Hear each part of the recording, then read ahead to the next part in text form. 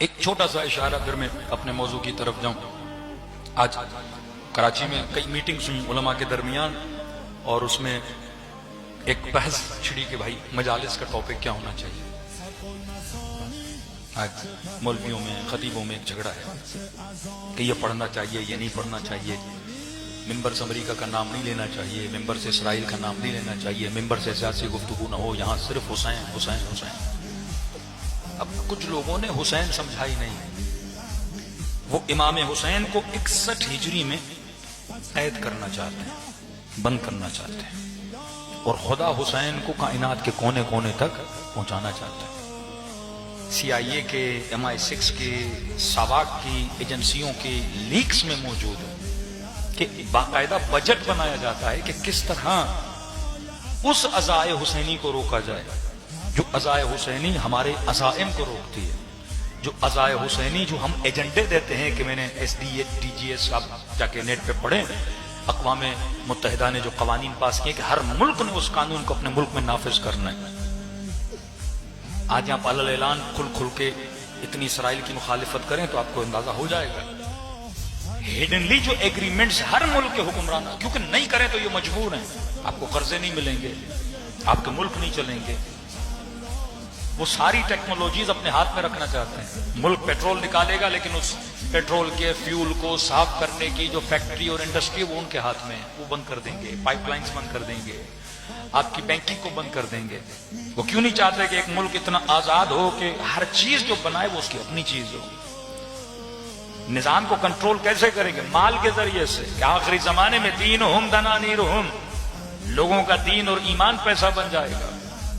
پہلے زمانے میں جو معاملات تھے وہ سونے اور چاندی سے تھے.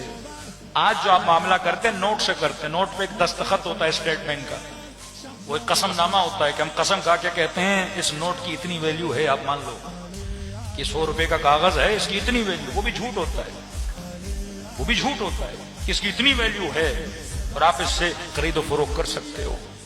اب وہ سارے کاغذ کے پیچھے ڈالر ہے، ڈالر کے پیچھے سونا ہے، اور سونا تو ابھی ہے بھی نہیں.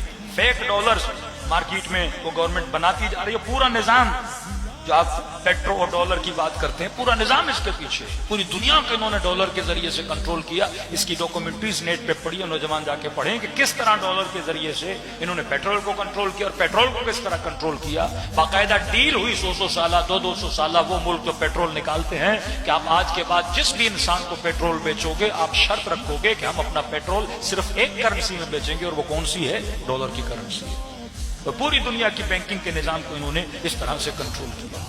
اب یہاں پہ ایک نظام کھڑا ہے، یہاں پہ ایک فکر کھڑی ہے کہ جو ہم ان کے نظام کو نہیں مانتے، جو آپ دعوے دار ہیں کہ ہم نظام الہی کو دنیا کے کونے کونے میں نافذ کرنا چاہتے ہیں، تو کچھ لوگ فکر امام حسین کو محدود کرنا چاہتے ہیں کہ بھائی مجلس حسین کا ٹاپک کیا ہونا چاہیے. ایک لسٹ نکلی اور اس میں بتایا گیا کہ جناب مجلس میں تربیتی پیغام بھی ہوگا، مجلس میں یہ بھی ہوگا، امیر المومنین کی جنگوں کا ذکر بھی ہوگا، سب کچھ ہوگا.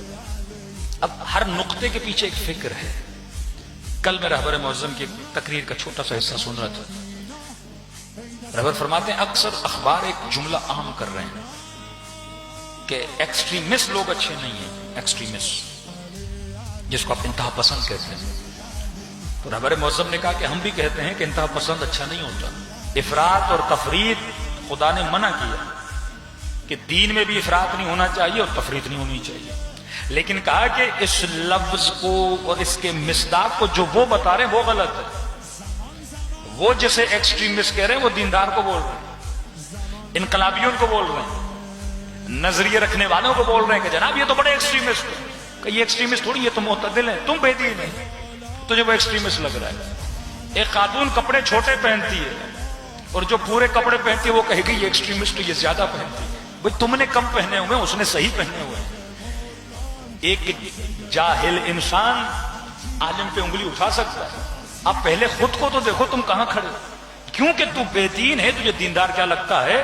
ایکسٹریمسٹ لگتا ہے. ایسے ہی فکر رکھنے والے لوگ امام حسین کی مجلس کو کیا کرنا چاہتے ہیں؟ محدود کرنا چاہتے ہیں۔ اب جو مبلغین دین ہیں ان پہ ایک الزام لگاتے ہیں جناب یہ مولا علی کی جنگوں کے مخالف ہیں، یہ کہتے ہیں ممبر سے خیبر کو بیان نہیں کرو، خندق میں کہتا ہوں وہ احمق آدمی ہو جو یہ کہے گا ممبر سے خیبر نہ پڑھو، ممبر سے خندق نہ پڑھو، مطلب حماقت کی انتہا ہو جو کہے کہ امیر المومنین کی شجاعت کو ممبر سے بیان کرو۔ کون سا مبلغ دین ہے، کون سا ایک عالم ہے اب اس کا بیان بتا دے کہ وہ کہے کہ ممبر سے خیبر اور خندق نہ پڑھی جائے۔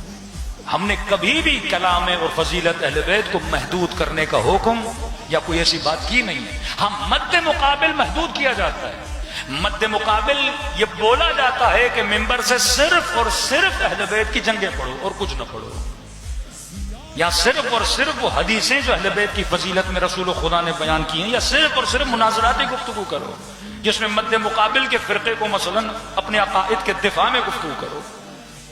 ہم کہتے ہیں ہم محدود نہیں کرتے، آپ محدود کیوں کر رہے ہو کہ صرف یہ پڑھنا ہے اور وہ نہیں پڑھنا؟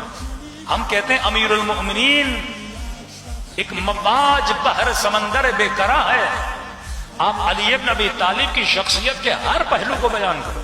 اگر امیر المؤمنین کی جنگوں کو بیان کر رہے ہو تو علی کی نماز کو بھی بیان کرو، علی کی دعائے کمیل کو بھی بیان کرو، امام زین العابدین کے ابو حمزہ سمالی کو بھی بیان کرو، امام حسین کی دعائے عرفہ کو بھی بیان کرو۔ مولا علی کی زندگی محدود صرف جنگوں تک نہیں ہوتی، ایک زندگی کا حصہ جنگوں میں گزرا ہے، 28 سال مولا کے گھر میں گزرے ہیں، کچھ حصہ مولا کی تربیت میں گزرا ہے۔ تم یہ بھی تو بتاؤ کہ اندھیری راتوں میں علی اٹھ کے یتیموں کی مدد کیا کرتے تھے، تم یہ بھی تو بتاؤ فقیر کے ساتھ بیٹھ کے علی درد دل بھی کیا کرتے تھے، تم یہ بھی تو بتاؤ 3 دن روزہ رکھنے کے بعد علی بن ابی طالب یطعمون الطعام علی حبہ، غریبوں کو کھانا بھی کھلایا کرتے تھے۔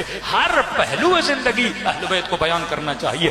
ہم محدود نہیں کرتے، ہم کہتے ہیں شخصیت امیر المؤمنین لامحدود ہے، لیکن بعض لوگ اس شخصیت کو محدود کرنا چاہتے ہیں۔ جب شخصیت محدود ہو گئی تو آپ امیر المؤمنین کی شخصیت کے ہر پہلو کو نہیں جان پاؤ گے، ایک ادھوری شخصیت کو جان پاؤ گے، جبکہ وہ شخصیت ہمیں آج کے زمانے سے بھی جوڑتی ہے، ہمیں آخرت کے ساتھ بھی جوڑتی ہے۔ اور جن لوگوں نے اہل بیت کی شخصیت سے شعور لیا، خدا نے کسی کو شہید ابن جعفر بنا دیا، کسی کو شہید حسینی بنا دیا، کسی کو سید حسن نصر اللہ بنا دیا، کسی کو وقت کا خمینی بنا دیا، اور کسی کو سید علی خامنئی بنا دیا، اور ایسا بنایا۔ یہ وہ شخصیتیں تھیں جنہوں نے صرف خیبر پڑھی نہیں بلکہ انہوں نے خیبر شکن میزائل بنا کے وقت کے یزید کے منہ پہ بھی مارے۔